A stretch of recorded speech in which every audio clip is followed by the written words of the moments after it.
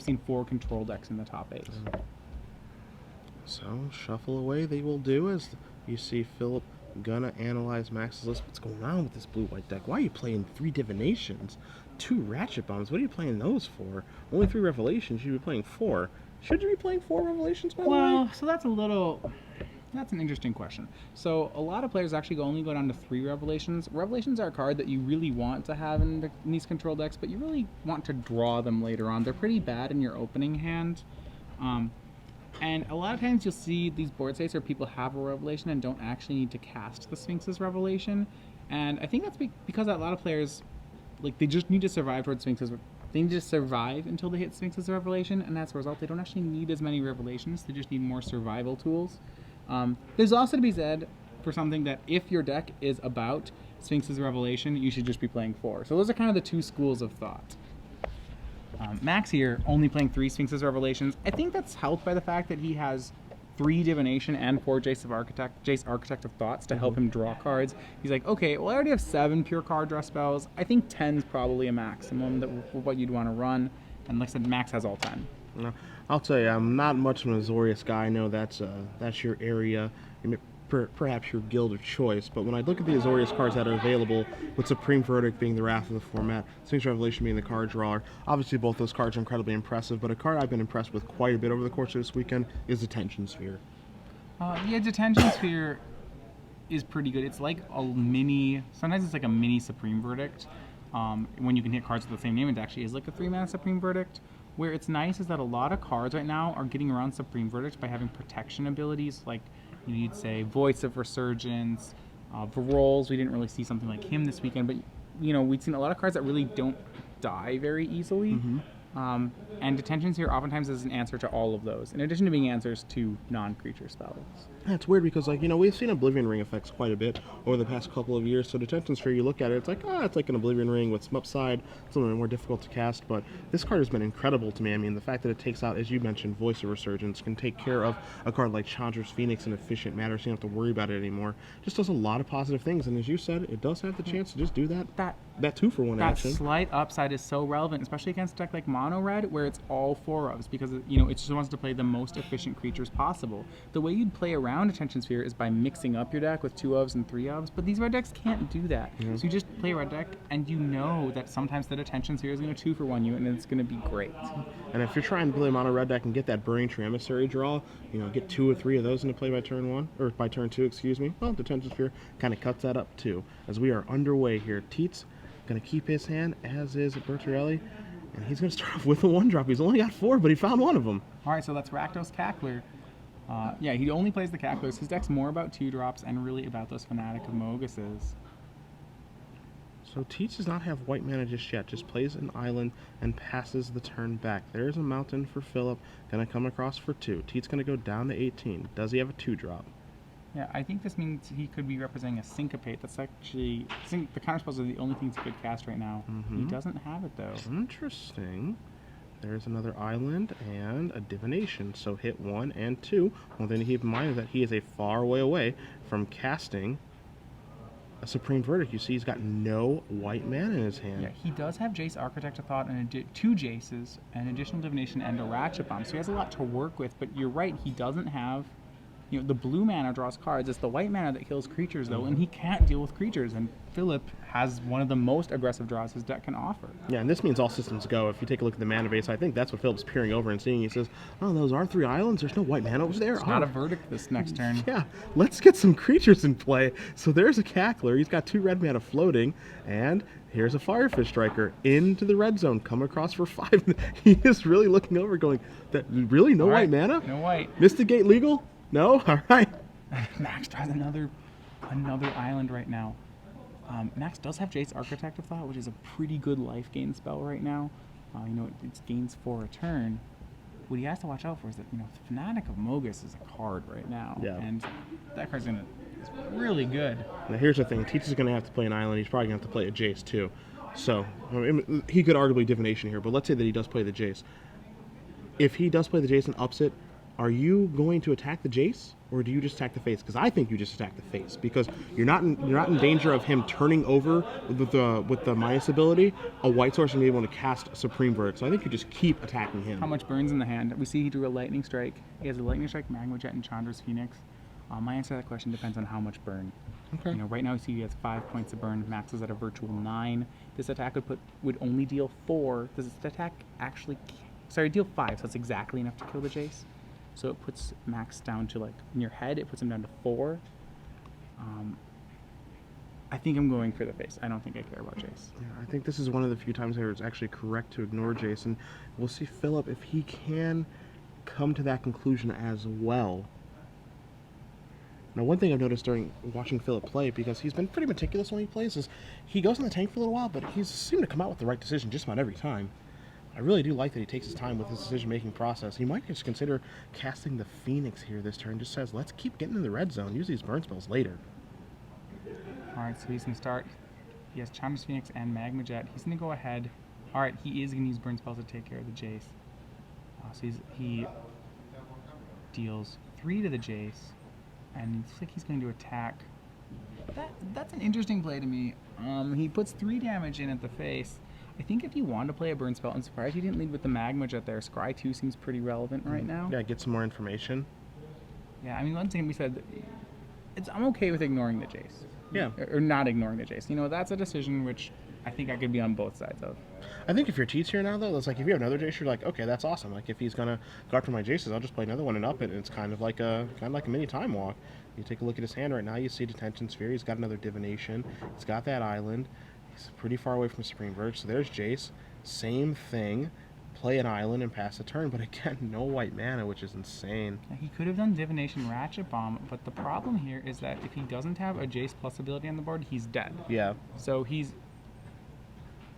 I think what Philip may be, in my opinion, correctly identifying is that if he kills these Jaces, like how does Max stay alive without that trigger? You know, Max will have to continue just to cast Jaces and top deck those white sources while he casts Jaces.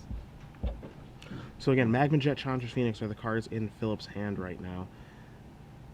End step, we're going to see a Jet. Where's it going to go? I think he's on the plan of killing Jace, and I think he continues to kill Jace.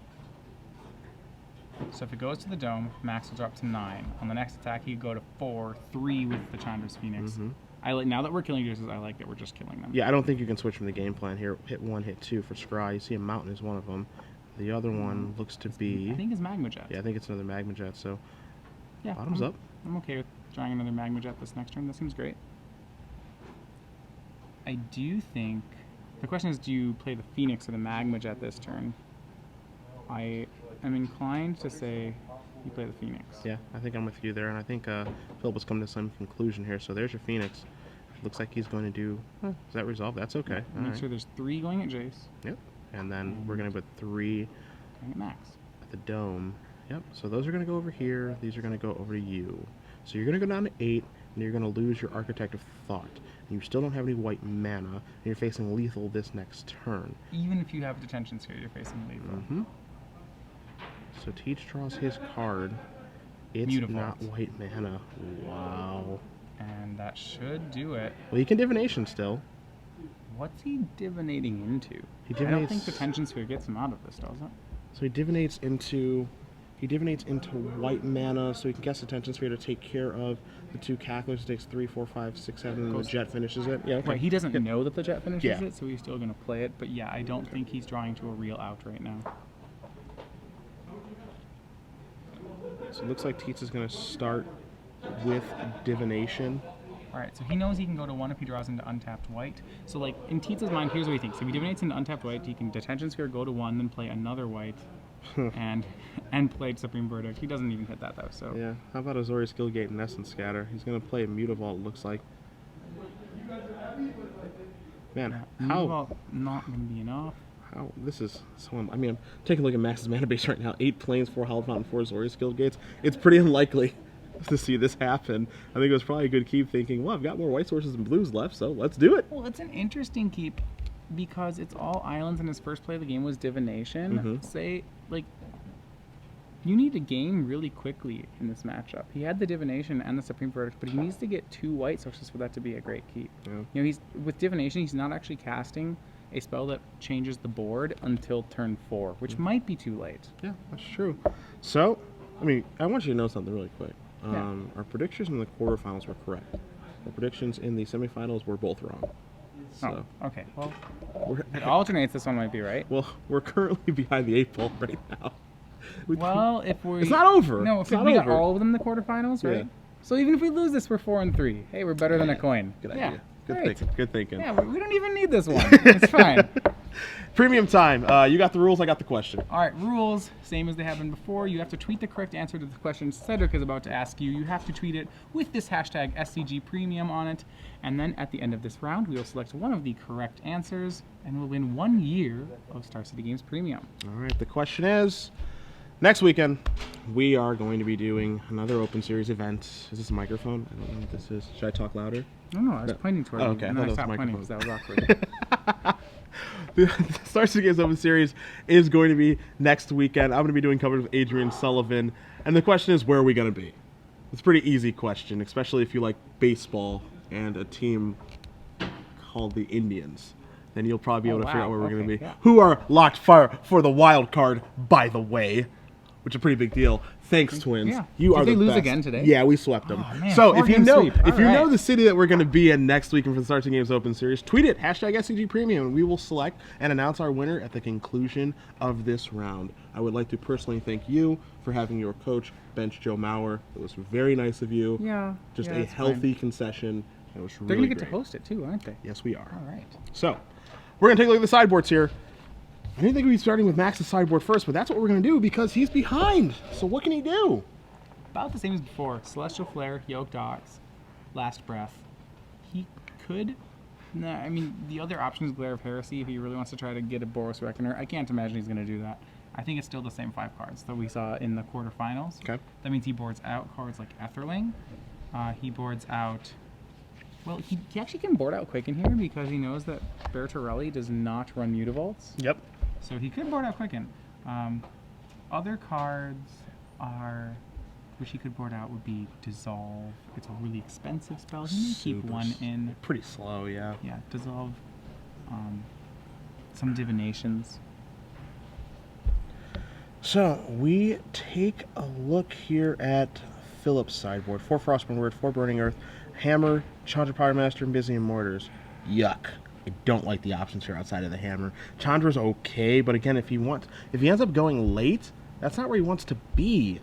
And again, Burning Earth, which is great against the Esper decks, really bad against Blue-White. Part of the incentive to actually play Blue-White. Burning Earth was the plan for this matchup when he wrote his sideboard this morning, but Max's deck has 10 non-basics and 16 basics, so the plan just really isn't going to work here. I think Bertorelli has a 1-card sideboard. Okay. Yeah, you're absolutely right. You can't board in Mysium Mortars. There's nothing to kill. Burning Earth doesn't do anything. Chandra is a Planeswalker, I suppose, but it just does 1 damage per turn. I can't imagine it's going to do more damage than any of your burn spells. Frostburn Weird is another creature. The Frostburn Weird usually gets boarded in, I think, in the red mirrors. Yeah. Because it's a 1/4. It's a really great blocker for a lot of these red cards. But right now, it's a card that it's a 2-mana creature with 1 power, and he doesn't really have time to pump mana into it to deal extra damage. Well, they're sideboarded up. I mean, Philip's taking his time here to figure out exactly what he wants to do, but Max looks pretty happy. I wouldn't be surprised if Max did just go back to those 5 cards again that you mentioned that he brought in against Turtenwald and just hope to draw white mana this time. Yeah, the deck's different. Bertorelli's deck's different. I don't think it's that different. Same overall game plan, I would think. Yep, same over. I mean, the game plan for Max is still to survive until he can play a game ender. You know, those first few turns is all about answering threats, and then probably about turn 5, it becomes about playing a game ender. And then if he can pull that off, he should get the game. Yep. The biggest thing is he has to watch out, be a little more vigilant for burn spells than he was in the match against Owen. Yeah. Should be interesting. Again, we do appreciate you guys joining us this evening at SCG Live, hashtag SCGWOR, for the final rounds of tweets this evening. If you'd like, got the iPad open, got some pretty cool names checking us out at home, Chris Pakula among them. So we do appreciate you guys hanging out with us all weekend long. as we have set our viewership record here for our open, sitting at a pretty consistent 10 or 11K. So seriously, guys, thanks. It's awesome.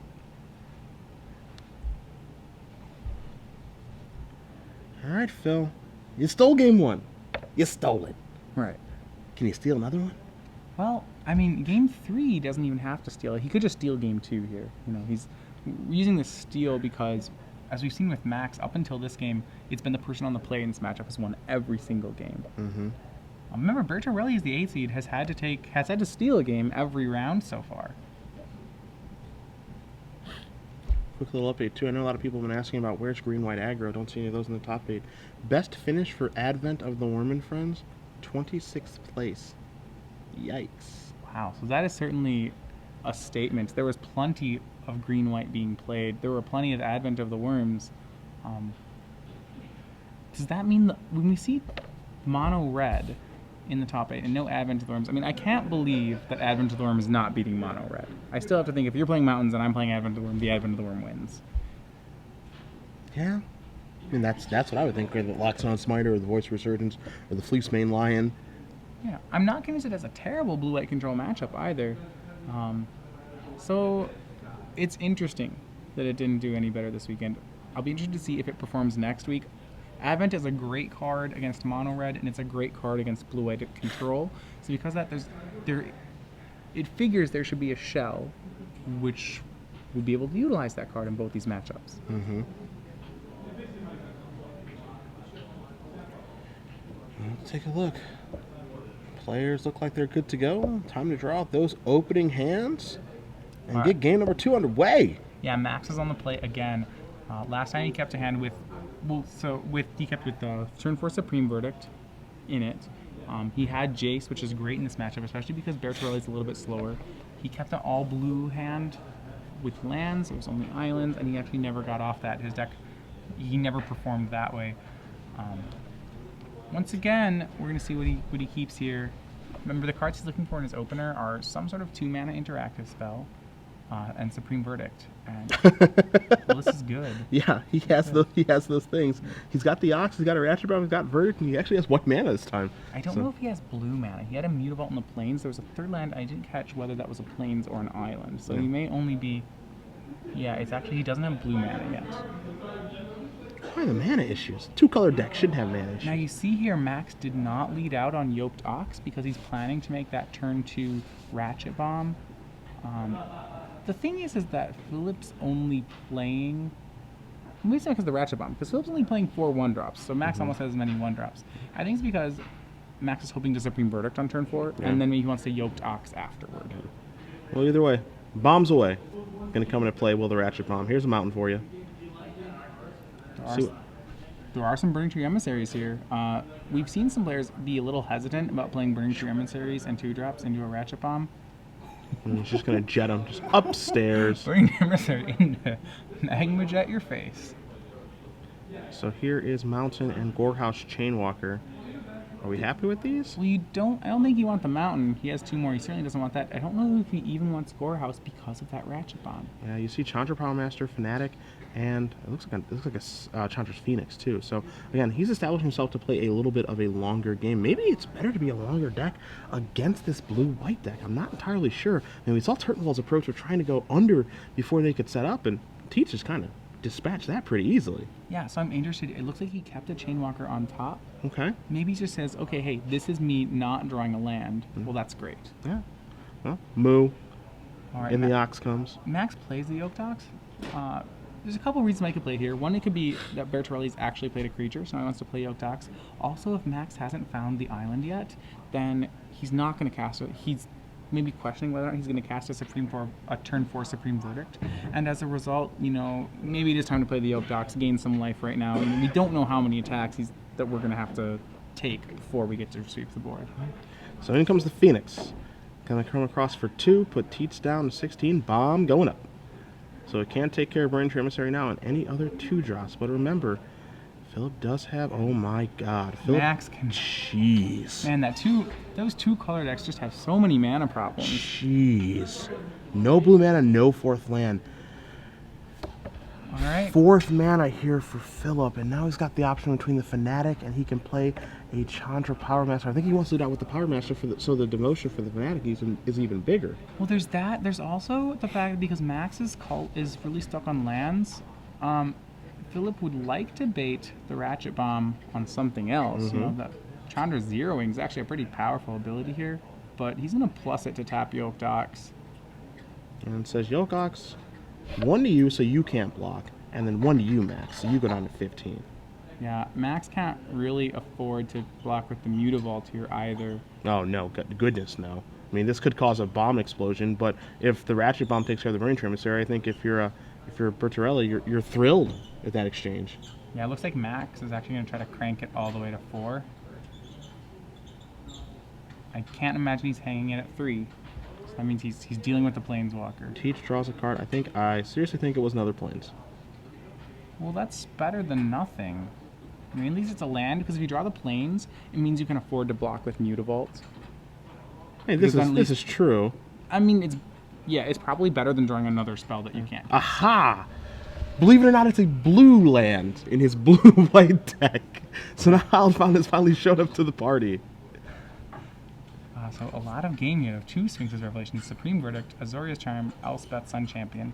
I think when you're saying like running Sphinx's Revelations, this is one of the reasons why some players say maybe we don't run 4 Sphinx's Revelations. Right now in this matchup, Revelation is kind of an awkward card. Yeah. But Max is at a pretty low life total already. Remember, he took a Magma Jet to the face, took a damage off the Chandra, took a swing from the Phoenix and the Emissary. Yeah, he's at 11 right now. He's not doing great.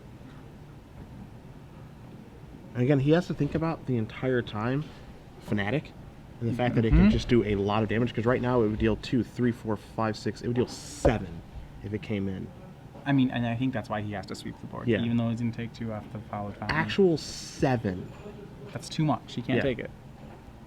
Plus a Chandra activation that goes upstairs. That makes it 8. That puts Tietze at 3. I think he's going to have to make a move. I know he doesn't want to play a Hollow Fountain untap. I know he'd rather play a tap, but he has to make a move here. Yeah, I mean, he has all the other pieces to the puzzle in play. He has Revelations and Elspeth, and he is not passing. That could be very bad. He could be dead this turn. Yeah. We had both the other cards. He had Azorius Charm. He does have Azorius Charm. You see Fanatic in the grip there. Magma Jet, Rakdos, Cackler, and Gorehouse Chainwalker. If Bertorelli realizes he's playing around Azorius Charm and has the wherewithal to play a pre-combat Fanatic of Mogus, this will be a lethal attack. Okay. So what do you start with? Because he's got a lot of options, and he even has a Chandra over there. He could be enticed to want to zero that and exile the top card of his library that he could potentially cast. He could be enticed to just say, hey, 1 of the Ox again so I can push through some damage. I'm with you. I want to cast that main phase, but at the same time, now you're worried that, hey, he could have counter magic up. Alright, so he's going to go ahead and do the attack first. What that's going to mean is that the Fanatic is not going to deal as much damage, as I'm pretty sure this Phoenix is going to get Azorius Charm. Yeah, I think that's the case too. You know, so that might be a play that does less damage here, but I think it's probably a more tactically sound play. It takes down counter magic, and even though the Fanatic of Mogus is lower as a result, it means that it's not getting countered. Philip is so far ahead that this is probably just the correct way to play it. Take a look at the grip again. You see Azorius Charm, Double Sphinx Revelation, Elspeth Sun's Champion, and a Supreme Verdict there for Tietze. His back is against the wall in a very big way here. Yeah, I mean, the Azorius Charm has to be played. He's going to go to drop to 6 then. Looks like he's going to charm the Burning Tree Emissary and maybe crack Ratchet Bomb on 3. Nope, going to 6. That means this Fanatic is going to put him to 1. 2, 4, 5, 6. I think you gotta cast it. I think you gotta cast it because like Fanatic comes in now. Of course, you're gonna open yourself with the Ratchet Bomb, sure. But Fanatic comes in, you put your opponent down. Actually, is it 1 or none? Yeah, Fanatic puts him 1. Sorry, only red mana cost. Single red. Yep. So Fanatic puts him down to 1, and then it forces the bomb to go up to 4, and then blow up right away to kill the Chandra. That's exactly what it does. I think you gotta do it. I think he's only tapping 2.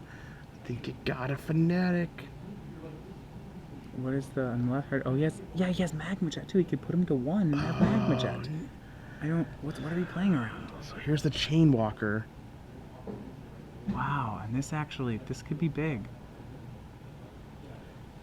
You're not going to get a much better spot for that Fnatic. And so now Philip is just going to pass the turn. Bomb's going to go up to 4, so that's your answer for Chandra.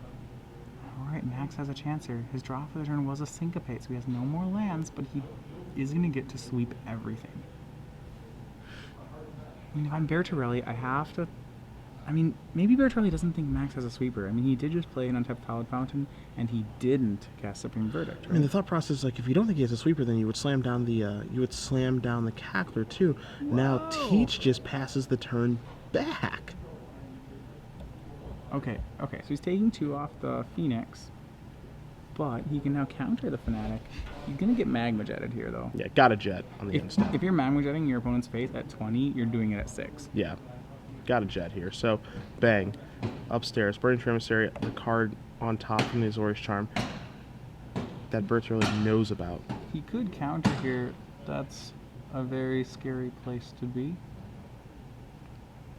He's going to do it, and that should... For 1. Okay. Alright. The win is here, it looks like, for Bertorelli. Just dropping Fnatic will be 4 damage. Bertorelli's going to quickly untap. He draws a Burning Tree Emissary. He can cast that. He doesn't even need to attack. He can cast Burning Tree Emissary and then cast the Fnatic, and that's the Devotion. The only thing he has to keep in mind right now is Last Breath. I think that's the one card he has to think about. Even Last Breath on Chandra's Phoenix does get him a turn. So now, here is a Burning Tree Emissary. That is going to resolve. Trigger. Tap the mana. There is the Fnatic. Trigger. And that is going to do it. Philip Bertorelli defeats Max Tietze 2-0. Mono Red beats Blue White Control, and it wins the first large standard tournament with Theros.